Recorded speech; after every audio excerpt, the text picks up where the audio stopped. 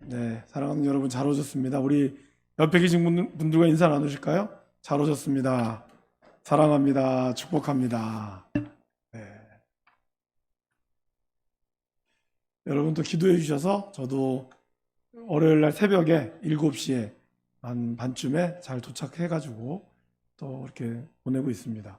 너무 감사드리고 4월 지금 첫째 주에 우리 박태환 집사님과 또 김대한 장로님께서 선교 보고를 좀 해주실 거고요. 그러면서 이제 같이 캄보디아 갈 수 있도록 여러분들이 아마 또 권면의 말씀과 또 독려하는 시간이 있을 겁니다. 기도해 주시고 또 정말 하나님의 나라가 또 저와 여러분들을 통하여 잘 세워질 수 있기를 간절히 바랍니다. 오늘은 주기도문에 대해서 이제 마지막 제 신문부터 백문부터 107문까지 주기도문에 대한 내용인데요. 하나하나씩 좀 살펴보면서 저와 여러분들이 기도에 대해서 늘 기도해 오시지만 우리가 어떻게 정말 기도하는 것이, 특별히 주님께서 가르쳐 주시는 이 기도의 내용들을 가지고 함께 기도에 대해서 좀 잘 점검하고 능력 있는 기도를 하기를 간절히 원합니다. 제 백문, 주기도의 시작이 우리에게 가르쳐 주는 것은 무엇입니까? 우리 같이 한번 읽어보실까요? 주기도의 시작은 하늘에 계신 우리 아버지여인데 이는 도울 능력과 준비가 된 아버지에게 나아가는 아이처럼 거룩한 경외심과 확신을 가지고 하나님께 나아갈 것과 다른 사람과 함께 서로를 위해 기도할 것을 가르쳐 줍니다. 여러분, 기도라는 것은 저와 여러분들이 뭔가 필요에 의해서 기도를 하지 않습니까? 그러니까 기도는 대화다. 이게 물론 큰 범위에서 맞지만 한편으로는 기도는 우리의 소원을 하나님께 아뢰는 겁니다. 그죠? 기도할 때 무슨 이유가 있잖아요. 나의 어떤 필요, 그것이 하나님과의 관계든 뭐가 됐든 더 간절히 기도하는 것은 나의 소원을 아뢰는 게 기도입니다. 그래서 여러분들이 기도할 때 나의 필요를 아뢰는 것이 잘못된 것이 아닙니다. 그런데 어떨 때 기도할 때는 응답받는 것 같고 어떨 때는 아무리 기도해도 응답받지 못하는 것 같고 그래서 기도 때문에 시험 드는 분들도 있어요. 그러니까 기도해도 안 들어주더라. 물론 그럴 수 있죠. 그래서 우리는 기도라는 것을 정말 하나님의 뜻에 맞게 하는 기도가 어떤 것인가, 이것을 우리가 잘 배울 필요가 있다는 것입니다. 기도를 할 때는 크게 두 가지의 조건이 필요하다고 말씀을 드렸죠. 첫 번째는 뭐죠? 내가 기도하는 그분이 능력이 있어야 돼요. 그러니까 여러분들이 능력이 없는 사람한테 뭐 달라고 얘기할 수는 없잖아요. 내가 뭔가를 요청했을 때 이 요청하는 거를 들어줄 만한 능력이 있어야 돼요. 그리고 두 번째는 뭐죠? 나하고 관계가 있어야 돼요. 옆집에 아무리 부자가 살아도 이 사람이 나랑 그냥 옆집 사는 거 외에는 생판 남이야. 돈은 너무 많고 능력도 많아. 근데 여러분 그냥 다짜고짜 가서 문 두들겨서 좀 돈이 필요한데 좀 주세요. 못 하잖아요. 그러니까 두 가지의 조건이 맞아야 돼요. 이 사람이 나하고 아주 깊은 친밀한 관계에 있고 또 친밀한 관계뿐만 아니라 능력이 있어야 돼요. 나하고는 아주 친한데 능력은 없어. 그러면 이 사람한테는 내가 뭘 달라고 할 수가 없죠. 오히려 내가 이 사람한테 줘야겠죠. 그러니까 이 기도는 두 가지의 요구 조건이 맞아야 한다는 것이죠. 그래서 주님께서 우리에게도 기도를 가르쳐 주실 때 오늘 보세요. 도울 능력과 준비가 되었다는 거죠. 그 사람한테 기도하는 거예요. 근데 또 어떤 사람이요? 아버지한테 기도하는 거죠. 왜? 아이는 아버지를 찾으니까. 그죠? 여러분, 제가 예전에 사택에 살 때 예전에는 사실 사택에서 개를 키우는 게 쉽지 않았거든요. 근데 그때 치와와를 키우는 사람이 있었어요. 근데 이 치와와가 주인이 없으면 짖지를 않아요. 겁이 나니까. 근데 주인이 나타나기 시작하기만 하면 그렇게 짖어요. 마치 자기가 이런 거지. 제가 그런 느낌을 받았어요. 내 뒤에 백이 있다. 그러니까 주인이 없을 때는 깽깽해. 너무 조그마니까. 근데 주인만 나타났다 하면은 아주 그냥 기세가 등등한 것처럼 막 나타나는 거죠. 그죠? 그런 것처럼 어린아이도 어떻죠? 막 아무도 모르는 사람이 있으면 막 눈물도 안 흘려요. 그럴 때는. 얼어가지고. 근데 이제 부모님이 오면 그때부터 눈물을 흘리든지 하는 거죠. 왜? 이 마음이 풀리니까. 그런 것처럼 기도라고 하는 것도 어떻게 보면 도울 능력과 준비가 된 아버지에게 나아가는 아이와 같다는 거예요. 이것이 바로 이 주기도문의 서문이죠. 그죠? 우리 지난주에 봤지만 1번을 잠깐 보면요. 주기도문은 크게 몇 개로 구성되어 있습니까? 8개로 구성되어 있죠. 그래서 오늘은 서문, 하늘에 계신 우리 아버지여. 그리고 이제 101문부터 103문까지는 하나님과의 관계. 그죠? 그 다음에 네 번째, 다섯 번째, 여섯 번째는 사람과의 관계. 그리고 마지막 맺은 말이 있습니다. 근데 여러분, 원래 예전에 개역 한글, 예전에 주기도문 기억나세요? 마지막에 대개라는 표현이 있었어요. 그죠? 기억나십니까? 원래 이 대개가 무슨 뜻일까요? 여기는 대개가 없잖아요. 대개가 큰 덮개라는 뜻이에요. 그래서 이 마지막 맺은 말은 내가 이렇게 다 간구하지만 결국 마지막 가장 큰 이 기도를 전체 덮는 건 뭐라고요? 나라와 권세와 영광이 아버지께 있습니다. 이거예요. 기도가 참 멋있죠. 자, 이제 이런 8가지의 큰 문장을 가지고 우리가 함께 보겠습니다. 먼저 오늘 서문, 하늘에 계신 우리 아버지여. 예수님이 우리에게 가르쳐 주신 하늘에 계신 우리 아버지여는 무엇을 뜻할까요? 첫 번째는 이거는 신자들에게만 주어진 특권이라는 겁니다. 여러분, 아버지라고 부를 수 있는 사람은 누굴까요? 자녀죠, 자녀. 자녀만이 아버지라고 부를 수 있죠. 뭐 모르는 사람이 나한테 아버지요 이러면은 제 아내가 저를 얼마나 의심하겠어요. 누구야? 그렇지 않겠어요? 아니, 나도 얼굴도 모르는데 아버지라 할 수 없잖아요. 그러니까 아버지라고 하게 된다는 것은 내 자녀와 이런 관계가 분명히 있다는 거죠. 그래서 우리가 그럼 하나님을 아버지라고 부를 수 있는 것은 뭘까요? 이거는 믿는 사람들에게 주어지는 특권이다라는 것입니다. 그래서 요한복음 1장 12절 말씀, 영접하는 자, 곧 그 이름을 믿는 자들에게는 하나님의 자녀가 되는 권세를 주셨다라고 이야기합니다. 사실 구약 성경에서는 하나님을 아버지라고 잘 안 하거든요. 그런데 이사야 63장 16절 말씀에는 이렇게 나옵니다. 주는 우리 아버지시라. 아브라함은 우리를 모르고 이스라엘은 우리를 인정하지 아니할지라도 여호와여, 주는 우리의 아버지시라. 옛날부터 주의 이름을 우리의 구속자라 하셨거늘. 그러니까 이미 구약에서도 우리를 하나님은 우리의 아버지라는 고백이 있었다는 거죠. 그러니까 하나님을 믿는 사람은 바로 아버지라고 부를 수 있다는 거예요. 오늘 로마서 8장 15절 말씀에도 뭐라고 나와 있습니까? 프린트문에 있는 거 한번 읽어보실까요? 너희는 다시 무서워하는 종의 영을 받지 아니하고 양자의 영을 받았으므로 우리가 아빠 아버지라 부르짖느니라. 갈라디아서도 똑같이 얘기하죠. 너희가 아들이므로 하나님이 그 아들의 영을 우리 마음 가운데 보내사 아빠 아버지라 부르게 하셨느니라. 여러분 뒷페이지 살짝 넘겨보시면 제34문 양자로 삼는다는 것은 무엇입니까? 소요리 문답 우리가 한번 했었죠. 거기 이 답을 한번 읽어보실까요? 양자로 저희들은 하나님의 자녀 안에 들게 되었고 자녀 안에 들게 됨으로써 우리는 어떻게 되죠? 모든 특권을 누릴 수 있게 됐다는 거죠. 그래서 아버지라고 부를 수 있는 특권 때문에 아무리 우리가 하나님 앞에 잘못했을지라도 저희들은 어떻게 할 수 있죠? 다시 앞 페이지에 보시면은 그러므로 우리는 긍휼 하심을 받아 때를 따라 돕는 은혜를 얻기 위하여 은혜의 보좌 앞에 담대히 나아갈 수 있다는 거죠. 왜요? 내 아버지이기 때문에. 비록 우리가 오늘 아버지한테 혼났을지라도 내일 내가 돈이 필요하거나 뭔가 필요하면 우리는 아버지한테 달라고 요구할 수 있다는 거예요. 왜요? 우린 자녀이기 때문에. 우린 아버지이기 때문에. 그러한 특권을 우리에게 주셨다는 거예요. 그것이 바로 오늘 예수님이 우리에게 가르쳐준 첫 번째 기도문, 하늘에 계신 우리 아버지여. 이거는 하나님의 자녀가 된 누구든지 그분을 부를 수 있다라는 것을 의미합니다. 그러게 여러분들은 그 특권을 누릴 자격이 있다라는 거예요.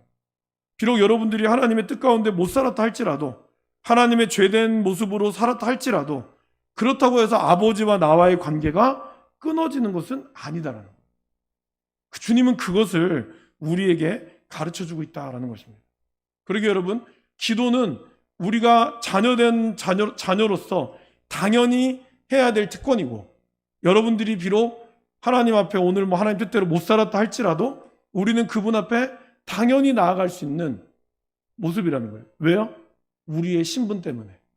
여러분, 구원은 우리의 수준으로 받습니까? 신분으로 받습니까? 수준으로 받는 게 아니죠. 여러분들이 어느 정도 도달해야 내가 구원받습니까? 그럼 우리는 구원 못 받습니다. 이미 우리를 하나님의 자녀로 샀기 때문에 이걸 믿는 자는 누구든지 하나님의 자녀가 되는 신분을 얻게 된 거죠. 신분을 얻게 되었기 때문에 우리는 아버지라고 담대하게 나아갈 수 있게 된다라는 겁니다. 그럼 여러분, 역으로 생각하면 사단은 우리에게 뭘 공격할까요? 너는 하나님의 자녀가 아니야. 왜? 하나님의 자녀는 하나님의 뜻대로 살아야 되는데 너는 하나님의 뜻대로 안 살았잖아. 너는 여전히 사람을 미워하고 용서하지도 못하고 오늘도 또 나쁜 생각했잖아. 근데 네가 하나님의 자녀가 될 수 있어? 안 된다는 거예요. 그렇게 우리를 공격한다는 거죠. 자꾸 우리의 수준과 무엇으로 도달해야지만이 그렇게 만든다는 거죠. 그럼 우리 그러한 어떤 마음이 들 때 어떻게 된다고요? 우리는 하나님의 자녀라고 하는 당연한 수준의 신분에 의해서 우리는 그렇게 하나님께 나아갈 수 있다라고 담대히 나아가야 한다는 겁니다. 그죠? 또한 아버지는 어떻습니까, 여러분? 다음 페이지 넘기시면 그렇게 얘기했죠. 누가복음 11장 13절에 너희가 악할지라도 좋은 것을 자식에게 줄 알거든 하물며 너희 하늘 아버지께서 구하는 자에게 성령을 주시지 않겠느냐 하시니라. 알코올 중독자 아버지가 자기 아들을 보면서 술 마시면서 뭐라 그러죠? 너는 나처럼 되지 마라. 그렇게 하잖아요. 참 말도 안 되는 거지만. 그러니까 자기는 비록 인생을 헛살았어도 너는 그렇게 되지 않기를 간절히 바라는 것이 부모의 마음이라는 거예요. 하물며 하늘에 계신 너희 아버지께서 구하는 자에게 성령. 여러분, 다른 복음서에는 이걸 뭘로 나오죠? 다른 복음서에서는 이 똑같은 본문을 너희 하늘 아버지께서 구하는 자에게 가장 좋은 것을 주시지 않겠느냐라고 얘기하고 있어요. 그것을 누가복음은 성령이라고 이야기하고 있죠. 그러니까 아버지가 자녀에게 가장 좋은 것을 줄 줄 아는 것이 육신의 부모의 마음이거늘 하물며 우리를 창조하시고 우리를 만드신 하나님께서 우리에게 가장 좋은 것, 성령을 우리에게 주신다는 것은 너무나 당연하다라는 겁니다. 이것이 하늘에 계신 우리 아버지여가 주는 이 서문이 주는 의미라는 거죠. 두 번째 의미는 뭐죠? 하늘에 계신 우리 아버지여라는 것은 하나님이 초월하시다라고 하는 우리의 신앙 고백이기도 해요. 여러분, 하늘에 계신다라는 것은 뭐죠? 원래 이 하늘이라고 하는 표현은 헬라어로는 복수형으로 되어 있거든요. 그러니까 어디에나 계시다라는 뜻이에요. 단순히 위에 계신 하늘만이 아니라 어디에나 계시다는 뜻이죠. 근데 저와 여러분들도 하늘이 무섭지 않느냐? 뭐 이 말을 쓴다는 거는 뭐죠? 하늘에 있다는 거 어디에나 우리를 지켜보고 있다는 것을 인식하고 있잖아요. 그죠? 그래서 하늘에 계신 우리 아버지여라는 뜻은 초월성, 편재성, 영원성, 무소부재, 그리고 그분은 거룩하다는 거. 땅에 있는 것은 우리가 더럽다고 생각하죠. 그러나 하늘에 있는 것은 우리가 존귀하다고 생각합니다. 그만큼 하나님은 어디에나 계실 뿐만 아니라 그분은 거룩하시다는 거예요. 이거는 우리가 가질 수 없는 비공유적 속성이죠. 그런데 우리 아버지라고 하는 건 뭐죠? 내재성. 저와 여러분들은 다 뭐 지금 돌아가셨던 분도 계시겠지만 다 아버지가 있어요. 아버지가 없이, 어머니가 없이 우리가 존재할 수 없는 거죠. 그러니까 우리 아버지라는 것은 바로 육신의 부모가 모두 다 존재하듯이 하나님 또한 우리의 내재하는 가운데 있다라는 거예요. 그러니까 하늘에 계신 우리 아버지여라는 것은 하나님은 초월에 계시면서 동시에 우리 안에 계신다라고 하는 이 두 가지를 가지고 있습니다. 그러기에 여러분, 자녀가 되었다라고 하는 것은 바로 하나님은 어디에나 계시다라는 것을 내가 인정하는 거예요. 근데 나는 그 아버지를 도달할 수 없기 때문에 그분에 대한 경외심을 가지는 것이죠. 여러분, 이런 말 있잖아요. 10명의, 그러니까 한 명의 부모가 10명의 자녀는 키워도 10명의 자녀가 한 명의 부모는 못 모신다. 이런 말이 있습니다. 내리사랑이라는 표현도 있듯이요. 아무리 우리가 부모가 돼서 부모의 마음을 이해한다고 해도 우리는 부모를 다 알 수 없습니다. 왜 그럴까요? 바로 그 아버지의 존재, 부모님의 존재라고 하는 것은 정말 우리가 감당할 수 없는 그 무엇인가가 있는 거죠. 그래서 어렸을 때는, 저도 철없을 때는 우리 아버지가 정말 많이 무시했죠. 맨날 뭐 돈도 뭐 몇백만 원밖에 못 벌어온다고 무시했는데, 이게 또 살아보니까 제가 이제 조금 아버지가 돼 보니까 그게 이제 만만치 않은 거죠. 그런 모습처럼 하늘에 계셨다라는 것은 그분이 어디에나 계시지만 감히 우리가 범접할 수 없는 그 하나님이라는 의미가 있어요. 그러기에 우리는 아무 범접할 수 없지만 어디에나 계시는 그 아버지, 그러기에 우리는 그분으로 인해서 어디에나 계신 하나님을 인정하는 것과 동시에 우리는 또한 그분에 대한 경외감을 가져야 한다는 거죠. 그것이 바로 하늘에 계신 우리 아버지여라는 말에 다 담겨져 있어요. 그러기에 여러분, 우리가 그분을 바라봐야 하기 때문에 우리의 시작은 어디가 되어야 될까요? 이 땅이 아니라 하늘이 되어야 한다는 거예요. 기도의 시작은 어디예요? 땅이 아니라 하늘이 되어야 한다는 거예요. 하나님이 우리의 모든 것을 알고 계시기에 지금 우리가 당장에 필요한 것 때문에 아버지께 구하지만, 그러나 나의 눈은 언제나 하늘, 이 모든 것을 주시는 하늘을 향하여 바라봐야 한다는 겁니다. 그래서 시편 121편에 보면 내가 산을 향하여 눈을 들리라 나의 도움이 어디서 올꼬, 그죠? 이 말씀이 있다라는 거죠. 같이 한번 읽어보실까요, 여러분? 내가 산을 향하여 눈을 들리라 나의 도움이 어디서 올까? 나의 도움은 천지를 지으신 여호와에게서로다. 그래서 우리의 기도의 시작은 이 땅이 아니라, 물론 우리가 이 땅에 살고 있지만, 그러나 우리의 눈은 언제나 저 하늘을 바라봐야 한다라는 것입니다. 그것이 우리의 시야의 모습이다라는 것이죠. 여러분, 그렇기 때문에 기도는 능력이 있는 거예요. 우리가 이 땅만을 바라봤을 때는, 나의 시야만을 바라보고 기도하면 우리의 기도의 제목들은 언제나 그냥 내 눈앞에, 당장의 눈앞에 있는 먹고 사는 문제밖에 없어요. 물론 이게 중요합니다. 그러나 내 눈을 하늘에서 보면 하나님이 내가 예상하지 못했던 곳에서 하나님이 부어주시는 역사를 우리가 경험하게 되는 거예요. 우리 저번에 이근우 선교사님이 오셔서 잠깐 간증도 하셨지만 저희가 또 직접 가서도 봤는데요. 500평의 땅에 3층짜리 건물에 2층짜리 유치원 건물이 있어요. 근데 여러분, 이 건물을 선교사님이, 지금 있는 이근우 목사님이 지은 것이 아니라 16년 전에 이 고신 측 선교사님이 이 터를 이곳에서 16년 전에 이곳에 사역을 시작하면서 이 건물을 지은 거예요. 그리고 마지막에 이제 은퇴를 앞두고, 원래는 이제 같은 교단에 있는 선교사님한테 넘겨주려고 했다가 그 선교사님이 코로나에 걸리는 바람에 포기하시고, 3번이나 걸렸대요, 코로나를. 걸리고 또 걸리고 또 걸리고. 그래서 도저히 안 되겠다 포기하시고, 작년 하반기에 선교사님이 오시겠다고 해서 여기를, 이 바탄방을 견학하러 왔다가 여기 있는 모든 상황들을 보고 나는 도저히 감당할 수가 없습니다, 가버리신 거예요. 그래서 선교사님 은퇴를 해야 되는데 두 분이서 이제 3층에 큰, 저희가 등 달아드린 데가 있거든요. 그 3층에서 기도하는 와중에 딱 하나님께서 사모님과 목사님, 선교사님 두 분에게, 서로 얘기도 안 했는데 두 분에게 딱 동일하게 얘기를 했다는 거예요. 이근우 목사에게 줘라. 근데 마침 이근우 목사님은 이제 경기중앙교회라고 하는 교회에서 조그마한 이런 한 20평짜리, 30평짜리 건물에서 학사 애들이 너무 많아지니까 터를 찾고 있었던 거예요. 그런데 그날 기도가 딱 끝나시고 이근우 목사님 전화로 불러가지고 이 땅을 줄 테니까 잘 해보라고 해서 목사님 떠나신 거예요. 그래서 그 땅을 다 500평의 땅을 그냥 무상으로 가져가시게 된 거예요. 여러분, 이것이 우리의 힘으로나 우리의 생각으로 가능할까요? 가능하지 않죠. 아마 이것뿐만이 아니라 여러분들의 삶의 여정에서도 도저히 내가 이 땅만 바라보고 기도했다면 이루어지지 않을 만한 기도들이 하늘을 바라보고 기도했기 때문에 하나님이 이루어주시고 역사하는 것을 아마 많이 경험하셨을 거라고 생각합니다. 우리가 바라보는 시선이 하나님을 바라봤을 때 이것은 우리의 힘이 아니라 하나님의 능력을 신뢰하게 된다는 것이고, 그리고 그럴 때 하나님은 우리가 아는 것보다 더 크게 역사하신다라고 이야기합니다.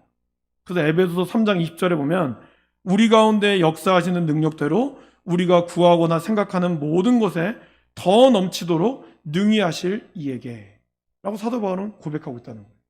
그러니까 우리가 하늘에 계신 우리 아버지여라고 기도한다는 것은 내가 나의 기도가 땅을 바라보는 것이 아니라 하늘을 바라보는 게 있습니다. 그리고 내 힘으로는 도저히 안 되니까 나는 하늘에 계신 우리 아버지한테 기도하겠다라는 의미를 담고 있다는 거예요. 그 기도가 이루어질 때 하나님이 저와 여러분들의 눈을 들어서 하나님이 경영하시는 여러분의 가정과 하나님이 경영하시는 우리 교회의 역사를 이루게 할 줄 믿습니다. 이것이 바로 이 기도의 첫 번째 서문 가운데 우리에게 들려주시는 내용이다라는 것입니다. 그리고 또한 여러분, 주기도문에는요, 나라는 표현이 하나도 없어요. 주기도문은 다 우리라는 표현을 씁니다. 그 말은 뭘까요? 주님이 우리에게 가르쳐준 이 기도는 연합을 지향하는 기도라는 것이죠. 이 기도는 물론 하나님이 나의 피로 일용할 양식도 주고 하지만 기본적으로 그 모든 것은 우리라고 하는 이 공동체성을 지향해야 된다는 것을 의미합니다. 우리 에베소서 2장 한번 성경을 찾아보실까요? 신약 성경 에베소서 2장입니다. 제가 이것은 좀 따로 준비하진 않았고요. 여러분 성경을 좀 찾아보셔서 읽으면 좋을 것 같아서 신약 311면에 있습니다. 제가 가지고 있는 성경 311면에 에베소서 2장 13절에서 16절 우리 같이 한번 읽어보겠습니다. 이제는 전에 멀리 있던 너희가 그리스도 예수 안에서 그리스도의 피로 가까워졌느니라. 그는 우리의 화평이신지라 둘로 하나를 만드사 원수된 것 곧 중간에 막힌 담을 자기 육체로 허시고 법 조문으로 된 계명의 율법을 폐하셨으니 이는 이 둘로 자기 안에서 한 세 사람을 지어 화평하게 하시고 또 십자가로 이 둘을 한 몸으로 하나님과 화목하게 하려 하심이라. 원수된 것을 십자가로 소멸하시고. 이 말씀에서 보면 예수님의 피로 우리는 어떻게 된 거죠? 가까워졌다는 거예요. 원래는 원수되었던 우리가 하나님과 가까워졌을 뿐만 아니라 우리는 또한 내 이웃과도, 내 원수된 이웃과도 함께 가까워지면서 십자가는 둘로 한 몸이 되게 하시는 그러한 능력을 주셨다는 거예요. 그래서 주님이 우리에게 가르쳐주신 이 주기도문도 하늘에 계신 우리 아버지여라는 표현은, 우리라는 표현은 뭐죠? 우리가 한 형제 자매라는 것을 의미합니다. 특별히 우리나라는 그런 것 때문에 참 어떤 공동체성이 굉장히 강하죠. 근데 지금 와서 너무 개인적인 것이 심해졌죠. 이것은 굉장히 위험한 현상입니다. 교회 안에서도 각자의 신앙만을 지키기로 급급한 모습은 하나님이 원하시는 공동체의 모습이 아니다라는 겁니다. 그러기에 이 주기도문을 우리가 배운다는 것은 우리가 곧 그리스도 안에서 한 몸이 되겠다고 하는 그러한 믿음의 다짐의 모습이 되어야 한다는 거예요. 그래서 주기도문은 주님이 가르치시는 우리의 기도문이면서 동시에 우리가 뭐라고 그랬죠? 우리가 공동체가 지향해야 될 방향, 이것이 주기도문이에요. 그래서 주님이 우리에게 기도문을 가르쳐줬다는 것은 우리가 이렇게 살겠습니다, 주님이 원하는 대로 살겠습니다가 기도문에 나와 있다라는 것입니다. 4장 3절도 한번 읽어보실까요? 에베소서 4장 3절. 그래서 사도 바울은 우리에게 뭘 얘기하고 있죠? 평안에 매는 줄로 성령이 하나 되게 하신 것을 힘써 지키라. 여러분 반대로 얘기하면 뭘까요? 사단이 가장 좋아하는 게 뭘까요? 분열. 그러니까 하나님이 가장 좋아하는 거는 반대로 생각하면 사단이 가장 싫어하는 것이 되는 거예요. 그러니까 사단이 가장 좋아하는 거는 교회가 나눠지는 걸 가장 좋아하고, 가정이 나눠지는 걸 가장 좋아하고, 여러분들이 친한 친구도 나눠지는 거를 가장 좋아하는 거예요. 그래서 육체의 소욕은 분명하다고 갈라디아서의 말씀에 나오죠. 그 중에 그냥 26가지 쭉 나옵니다. 근데 여러분 26가지를 가장 크게 구분하면 가장 많이 차지하는 약 10개 이상을 차지하는 게 뭘까요? 다 분열이에요. 시기, 당짓는 것, 분열, 이단, 이 모든 것들을 큰 카테고리로 묶으면 다 뭐예요? 다 분열이에요, 분열. 이로 인해서 우리의 삶을 나눠지게 만드는 거죠. 그러나 예수님이 하늘에 계신 우리 아버지여라고 하는 것은 바로 우리가 공동체임을, 그리고 우리가 하나임을 주님은 기도문 가운데 가르쳐주고 있다라는 것입니다. 아버지여라는 이 표현, 아까도 나눴지만 조금 더 깊이 들어가고 나서 3번으로 들어가겠습니다. 여러분, 동시에 그러니까 우리가 자녀가 된다는 것은 다른 말로 표현하면 뭐죠? 우리가 아버지의 DNA를 가졌다는 거예요. 그죠? 그래서 왜 보통 뭐 가족력이라고 표현하잖아요. 그러니까 아버님이나 어머님이 뭐 몸에 뭔가 당뇨가 있거나 뭐가 육체에 가시가 있으면 자녀들도 그거를 받을 수 있는 가능성이 있죠. 그러니까 그런 DNA뿐만 아니라 아버지와 어머니가 가지고 있는 그런 유산들이 있어요. 그 보면 우리 집에는 아무도 음악가가 아닌데 우리 아이가 음악가인 경우면 가만히 보면 그 부모님 중에 누가 비록 정식으로 음악은 배우지 않았으나 노래를 잘한다거나 뭔가 음악적인 감각이 있으시더라고. 예전에는 사실 노래한다는 거는 정말 부자가 아니고는 쉽지 않았잖아요. 그렇기 때문에 그런 기회가 없었을 뿐이지 이제 자녀들 중에 그러한 것을 그 피를 이어받는다는 겁니다. 다른 말로 표현하면 우리가 하나님을 아버지라고 한다는 것은 우리 안에 하나님의 형상을 분명히 드리고 있고 또 아버지는 자녀에게 물려주잖아요. 뭐 재산이 됐든 뭐가 됐든 아니면 어떤 거를 물려주려고 하죠. 마찬가지로 하나님도 우리에게 물려주고자 하는 것이 있다라는 겁니다. 그래서 로마서 8장 17절에 보면 이렇게 나오죠. 자녀이면 또한 상속자라고 표현하고 있어요. 근데 어떤 상속자? 하나님의 상속자요. 그리스도와 함께한 상속자다라고 표현합니다. 그래서 우리가 그와 함께 영광을 받기 위하여 고난도 함께 받는다라는 겁니다.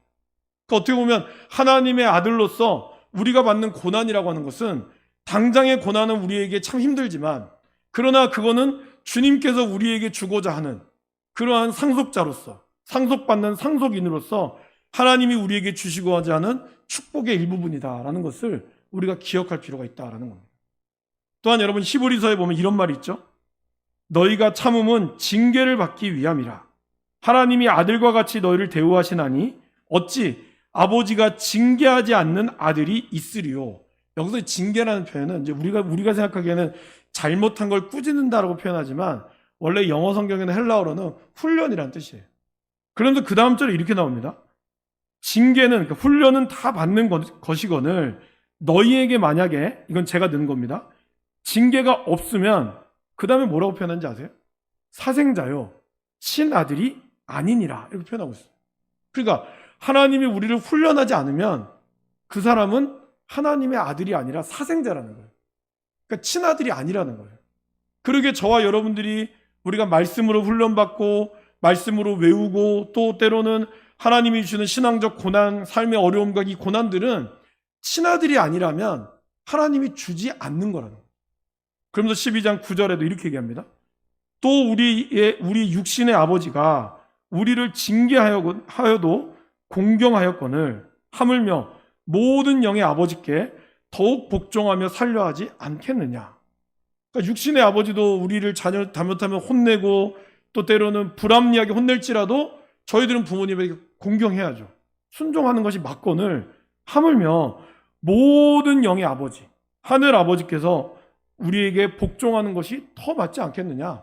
이것이 우리가 하나님과 우리와 아버지와 아들과의 관계로서의 특권이면서 동시에 의무이기도 한다라는 것입니다. 그러니까 우리가 하늘에 계신 우리 아버지여라고 기도한다는 것은 아버지로부터 당연히 받아야 될 복뿐만 아니라 내가 아버지를 마땅히 공경해야 될 자로 여겨야 하는 그 모습을 이야기하고 있다라는 것입니다. 그것을 우리가 잊지 마시기를 바랍니다. 이제 세 번째, 다른 이들과 함께 또 다른 이들을 위해서 기도해야 할 것을 가르칩니다.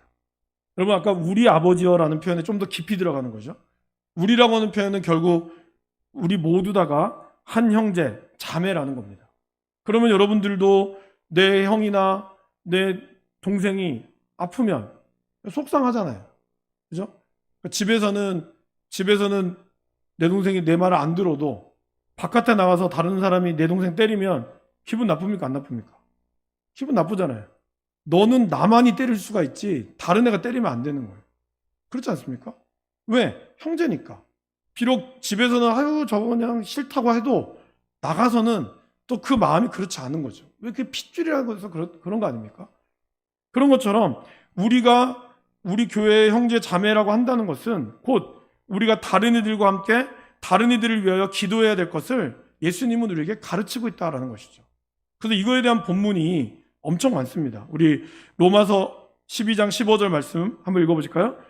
즐거워하는 자들과 함께 즐거워하고 우는 자들과 함께 울라. 두 번째는 뭐라고 되어 있죠? 만일 형제나 자매가 헐벗고 일용할 양식이 없는데 너희 중에 누구든지 그에게 이르되 평안히 가라, 덥게 하라, 배부르게 하라 하며 그 몸에 쓸 것을 주지 아니하면 무슨 유익이 있으리요? 그러니까 실제로 그렇게 할 수 없다는 거죠. 근데 말로는 교회 안에서는 형제님, 자매님 하면서 정작 어렵고 힘들 때는 말은 잘하는데 실제로는 도움을 주지 않는다면 그것이 무슨 유익이 있겠느냐라고 말씀하고 있다는 거예요. 또한 고린도전서 12장 7절은 이 은사에 대한 내용이죠. 각 사람에게 성령을 나타내시면 이건 뭡니까? 각 사람에게 성령의 달란트를 주셨던 이유는 뭐라고요? 우리에게 다른 사람을 유익하게 하려고. 그러니까 여러분들이 병 고치는 은사, 아니면 여러분들이 뭐 여러 가지 물질의 은사, 그 은사들 하나님이 주신 이유는 그 은사 받아서 여러분들이 그거를 위하여 다른 사람을 잘 도와주라고, 그걸 통하여 공동체를 살리라고 우리에게 주셨다라는 겁니다. 그리고 고린도전서 12장 26절에서 27절은 무엇을 이야기하고 있습니까? 각 지체에 대해서 이야기하고 있습니다. 같이 한번 읽어보실까요? 만일 한 지체가 고통을 받으면 모든 지체가 함께 고통을 받고 한 지체가 영광을 얻으면 모든 지체가 함께 즐거워하느니라. 너희는 그리스도의 몸이요 지체의 각 부분이라. 그렇죠? 여러분 여기를 꼬집으면 아프잖아요. 그리고 또 특별히 제가 저번에 말씀드렸죠. 우리 몸의 중심이 뭐 배꼽, 육체적인 몸의 중심은 배꼽이지만 우리 몸에서 가장 중심이 되는 것은 어떤 것이죠? 아픈 것이 내 중심이 돼요. 그렇잖아요, 여러분? 여러분 아무 문제 없다가 갑자기 새끼발가락이 아파. 그러면 하루 종일 새끼발가락 때문에 신경 쓰이는 거예요. 그죠?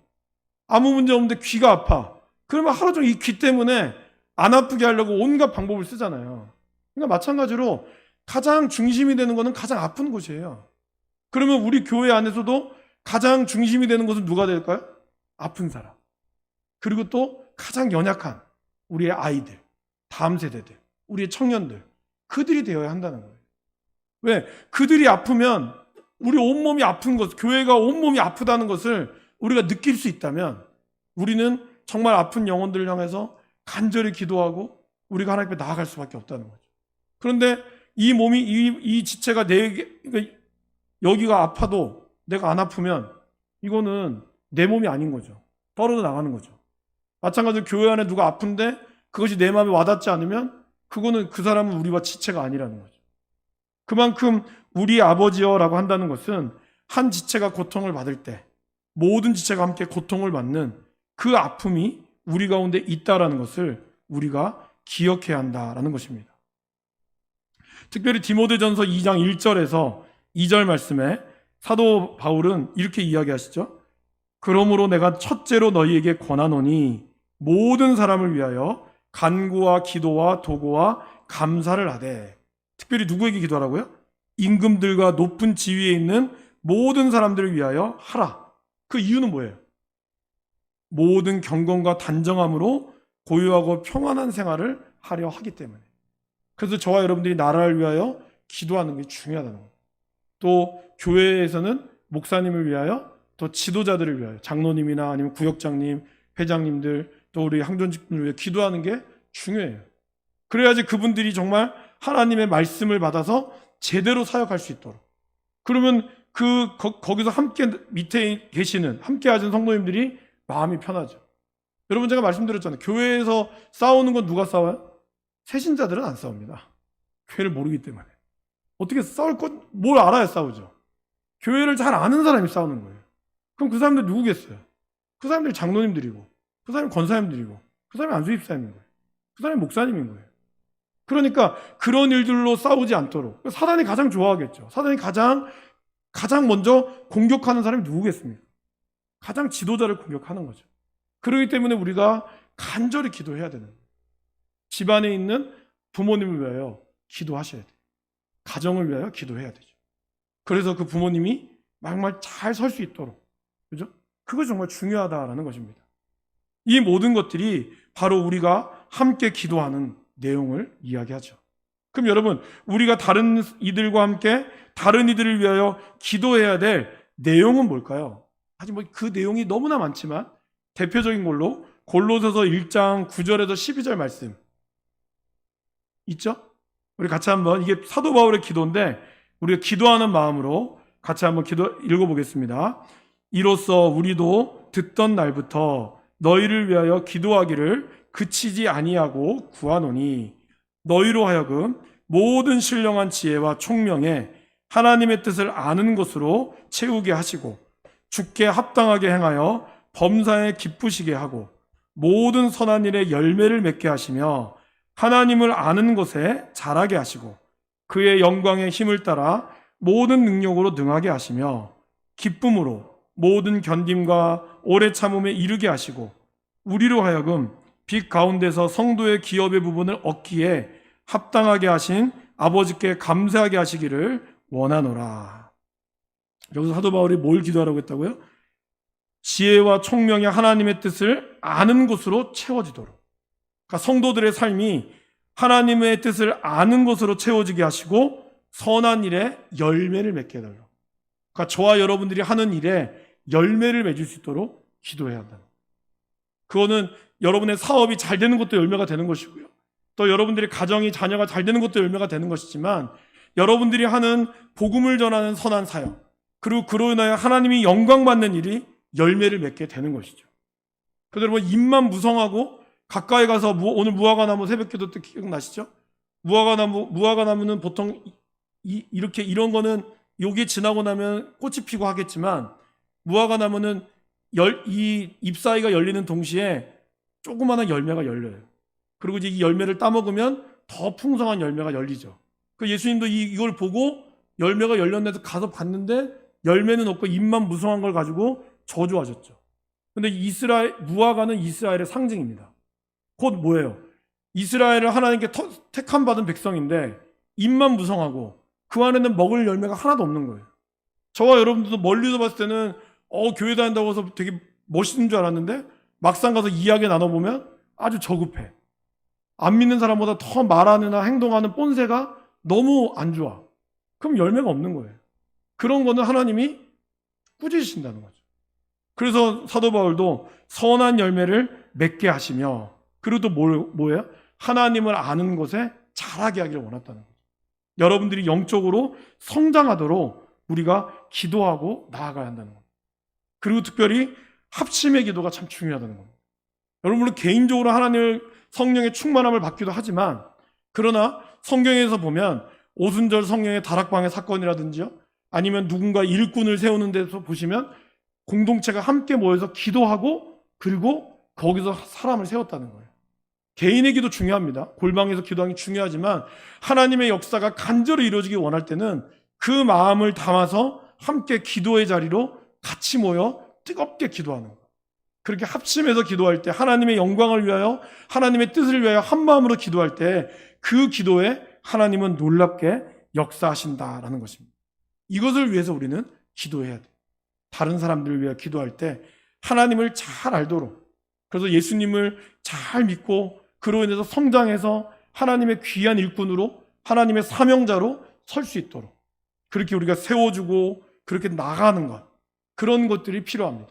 그리고 성령의 열매를 맺을 수 있도록 기도하는 게 중요하죠. 먼저 하나님의 나라와 하나님의 의를 구하는 기도를 할 때 하나님께서 여러분들의 모든 삶을 채워주신다라는 것입니다. 이것이 바로 오늘 하늘에 계신 우리 아버지여가 우리에게 주는 결론입니다. 여러분, 결론을 한번 읽어보실까요? 우리 PPT에도 한번 띄워주실까요? 마지막 결론. 우리는 기도할 특권과 의무를 가지고 있음을 기억하십시오. 왜요? 우리 아버지이기 때문에. 그죠? 그리고 또한 주기도문은 더불어와 하나됨의 가치를 기억하라는 것을 의미합니다. 그죠? 주기도문을 주님이 우리에게 우리 아버지여라고 하는 것은 하늘의 모든 것을 보고 계시는 그분께서 우리가 더불어 함께 살기를 원하고 하나 되기를 원한다는 그 가치, 그것이 이 주기도문이 우리에게 주는 의미라는 것을 기억하시고, 여러분들이 첫 문장부터 하늘에 계신 우리 아버지여라고 이 부를 때 그 뜻을 잘 살펴서, 우리 하면 여러분 떠오르는 형제 자매들, 집사님, 권사님, 장로님, 목사님을 딱 떠오르면서 그렇게 하나님 우리 아버지라는 그 이름을 부를 때 거기서 하나님께서 그 마음에 감동을 주실 거예요. 그런 놀라운 기도의 응답의 역사가 일어나기를 간절히 바랍니다.